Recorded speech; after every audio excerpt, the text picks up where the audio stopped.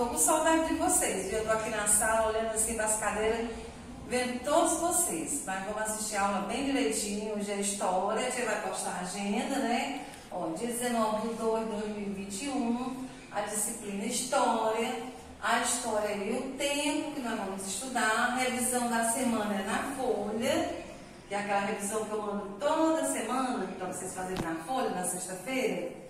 Tarefa de casa, livro de história, página 15, 18 e 19, folha. Quem veio para a aula ontem, quinta-feira, a tia já deu a folha. Quem não veio, pode vir pegar aqui na escola segunda-feira, que a tia está com todas as folhinhas aqui, tá certo? Vou dar 5 minutinhos para copiar a agenda e depois vou começar a nossa aula.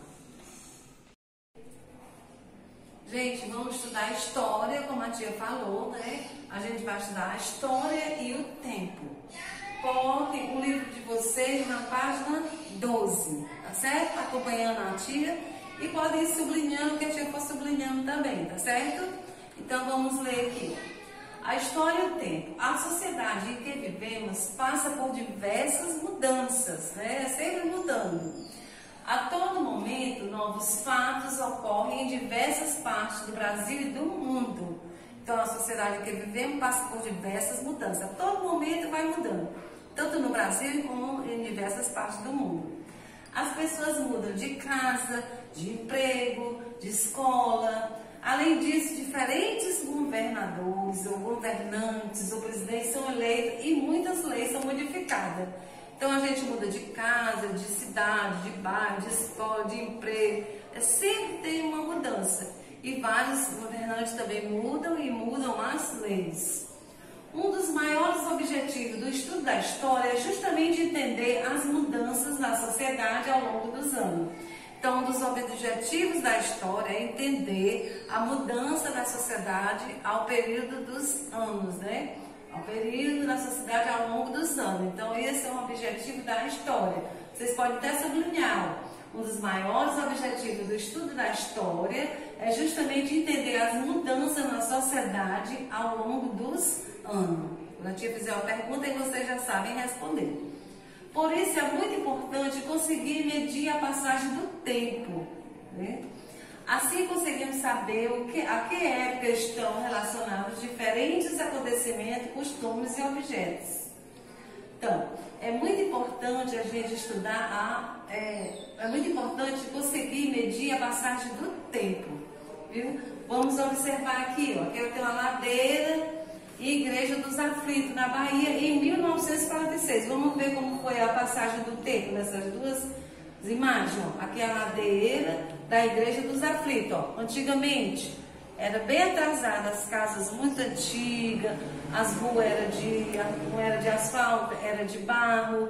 Aí aqui foi em 1946. Em 1970, já mudou. As casas são modernas.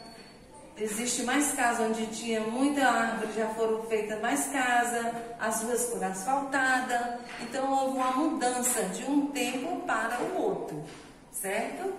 Como medir a passagem do tempo? Vamos ver isso, como a gente vai medir a passagem do tempo. A medição da passagem do tempo pode ser feita de várias formas, com o uso de diferentes instrumentos, como relógios, calendários. A forma mais comum de medir a passagem do tempo é dividi-lo em quê? Em horas, dias, semanas, meses, anos, séculos e milênios. Qual é a forma mais comum de medir a passagem do tempo? Se a tia fizer essa pergunta, qual é a forma mais comum de medir a passagem do tempo? Aí vocês vão responder assim, dividi-lo em horas, dias, semanas, meses, anos, séculos e milênios. Por isso que é bom ir acompanhando e sublinhando o que a tia está sublinhando, tá certo? Vamos observar esse quadro. Um minuto equivale a 60 segundos. Uma hora equivale a 60 minutos. Um dia equivale a 24 horas.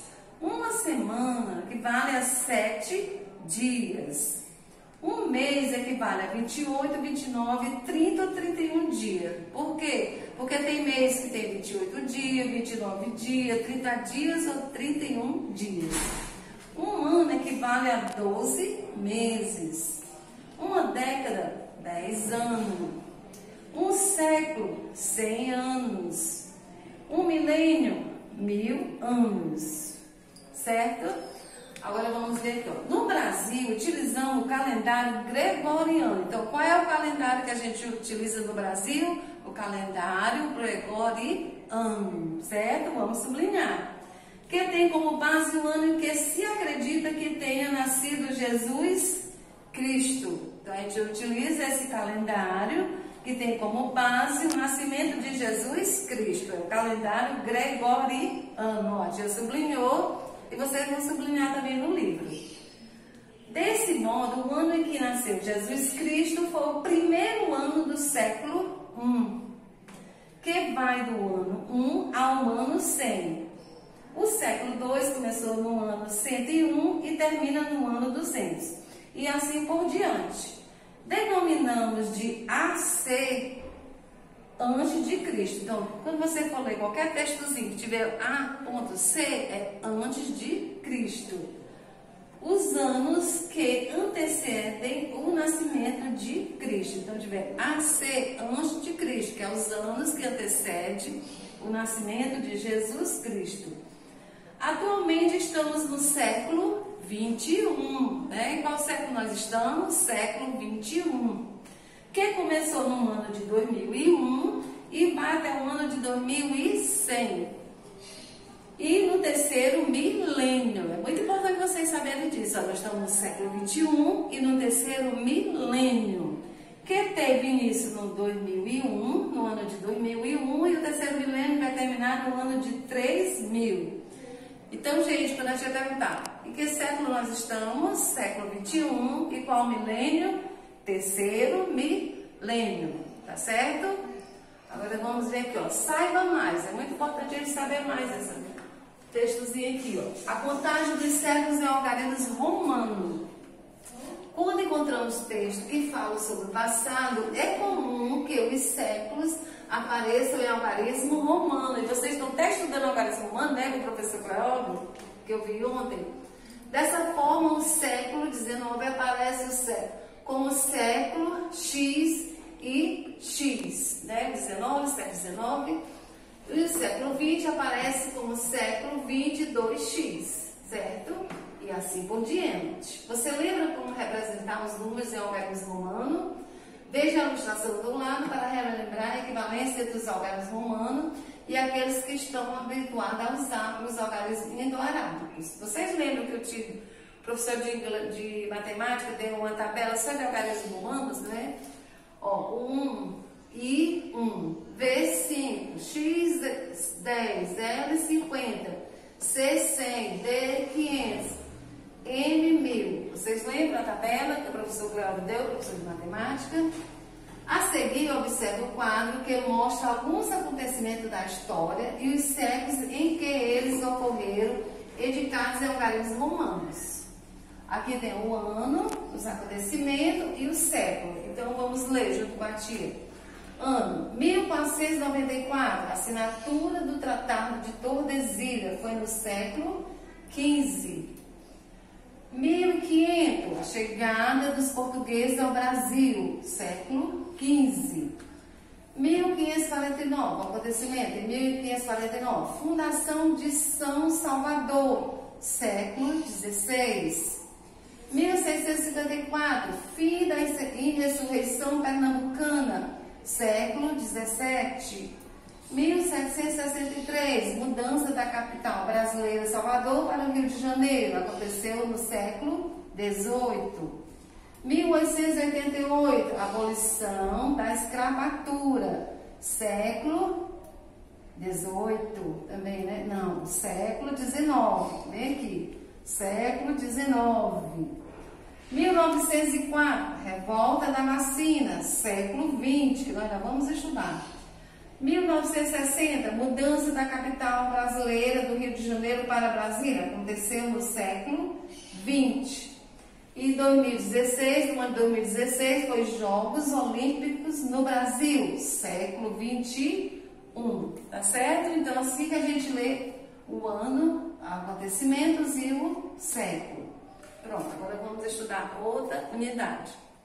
Pronto, gente, vamos estudar agora a divisão da história em períodos. Então, a história foi dividida em pré-história, Idade Antiga, Idade Média, Idade Moderna e Idade Contemporânea. Vamos estudar um pouco sobre isso aqui, a divisão da história em períodos. Com o objetivo de organizar o estudo das ações humanas no passado, pesquisadores europeus e dividir a história do mundo em grandes períodos, também chamado de idades. Então, os pesquisadores dividiram a história em grandes períodos, também chamado de idades. Essa divisão do tempo histórico ocorreu com base em características que eles consideram importantes de cada período. Vamos observar. Certo? Então, os pesquisadores dividiram a história em grandes períodos, que também foram chamados de idades. Aí vamos ver como é que está dividida. A pré-história, né, como a gente já falou. Período anterior à invenção da escrita. Foi a época do surgimento dos primeiros homens e a formação dos primeiros povoados. Então, na pré-história, foi a época do descobrimento dos primeiros homens e a formação dos primeiros povoados. Certo?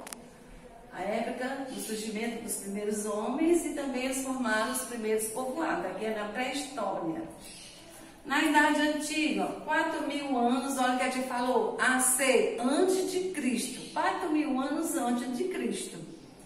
Vamos ver na Idade Antiga. Período entre a invenção da escrita e o fim do Império Romano do Ocidente. Então, esse período aqui foi a invenção da escrita e o fim do período romano do Ocidente. Foi a época de desenvolvimento de diversas sociedades que influenciaram nossa cultura atual, como a egípcia, a grega e a romana. Então, na Idade Antiga, foi o período entre a invenção da escrita e o fim do Império Romano, e a época do desenvolvimento de diversas sociedades que influenciaram nossa cultura atual, como a egípcia, a grega e a romana. Então, a invenção da escrita. Vocês estão vendo aqui a escrita deles em pedras, né? Aqui é na Idade Antiga. Então, na pré-história, surgimento dos primeiros homens, formação dos primeiros povoados. E na Idade Antiga, aqui também foi a época da invenção da escrita, né? E o fim do período romano. Agora vamos para a Idade Média. 476. Período entre o fim do Império Romano do Ocidente e a tomada da cidade de Constantinopla. Foi uma época de grande influência da Igreja Católica na Europa e também expansão da religião muçulmana da Ásia para a Europa e a África. Então, aqui na Idade Média, foi o período do fim do Império Romano e também a época de grande influência da Igreja Católica, certo?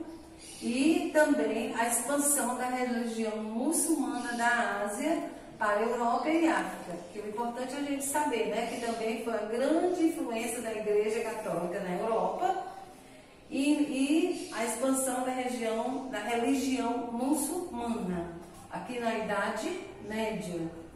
Na Idade Moderna, em 1453, foi o período entre a tomada de Constantinopla e um grande movimento político-social ocorrido na França, que foi a Revolução Francesa, né? Então, o período entre a tomada de Constantinopla e um grande movimento político-social ocorrido na França, a Revolução Francesa. E foi a época em que ocorreram as grandes navegações e a colonização da América pelos europeus. Então, na Idade Moderna, houve a época das grandes navegações, que eles saíram, né, para descobrir mais terras. Na Idade Contemporânea, que é 1789, dias atuais, período que se inicia com a Revolução Francesa e permanece até os dias de hoje. Então, foi o período que se inicia com a Revolução Francesa e permanece até os dias de hoje, aqui na Idade Contemporânea. Marcado por mudança com diversas sociedades ao redor do mundo, no Brasil, foi nesse período em que ocorreram a proclamação da independência e a abolição da escravatura. Então, na Idade Contemporânea, no Brasil, ocorreu a proclamação da independência e a abolição da escravatura. gente tem os períodos, né? Tem a pré-história, a idade antiga, a idade média, a idade moderna, a idade contemporânea. Na contemporânea aconteceu o que no Brasil? A proclamação da independência e a abolição da escravatura, certo? Agora a tia vai explicar a tarefa de casa no livro. Vocês vão fazer em casa no livro de história, página 15.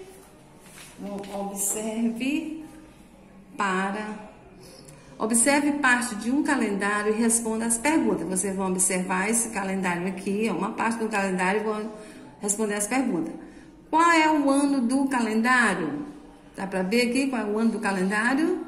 Ó, setembro de 2019. Então, vocês botam o ano 2019. Qual mês apresentado no calendário? Observa o calendário e responde. A que século corresponde o ano do calendário? A que milênio corresponde o ano do calendário? Que dia desse mês corresponde a um feriado? E o que é comemorado nesse dia? Vamos ver aqui qual dia que é feriado. Viu? Onde tiver vermelhinho. Um dia que tiver vermelhinho, fora o domingo. Quantas horas há entre os dias? Quantas horas há entre os dias 7 e 8 de setembro? Quantos dias tem a semana entre os dias 15 e 21? Então, vamos observar o calendário e responder essas perguntas. É fácil. Agora aqui, leia as frases abaixo e complete as lacunas utilizando algarismo romano. O fim da Idade Antiga e início da Idade Média ocorreu no século... Aí você vai botar qual século? Século V. O fim da Idade Média e o início da Idade Contemporânea ocorreu no século... Aí vocês vão responder. O fim da Idade Moderna e início da Idade Contemporânea ocorreu no século... Observe o quadro abaixo e faça o que se pede. No ano de 1500, aqui são os acontecimentos e o século. Complete a lacuna dos séculos utilizando algarismos romanos. Então, observe o quadro abaixo e faça o que se pede. Ó. A. Complete a lacuna dos séculos utilizando algarismos romanos. Viu? Aí, B. Aqui vocês vão botar algarismos romanos no século. B. Circule de verde os acontecimentos que pertencem à idade moderna e de vermelho que pertence à idade contemporânea. O ano de 1822, em que Dom Pedro declarou a independência do Brasil, ocorreu em qual século? Vocês vão botar aqui o século. O ano em que estamos atualmente correspondente ao século. O ano em que estamos atualmente corresponde a qual século? Viu? Aí aqui dentro, aqui, ó. 1500, chegada dos portugueses, aí pinta de verde, aqui de verde, aqui vermelho, vermelho, vermelho, vermelho. Pronto? E agora a gente vai explicar a tarefa da folha, tá certo?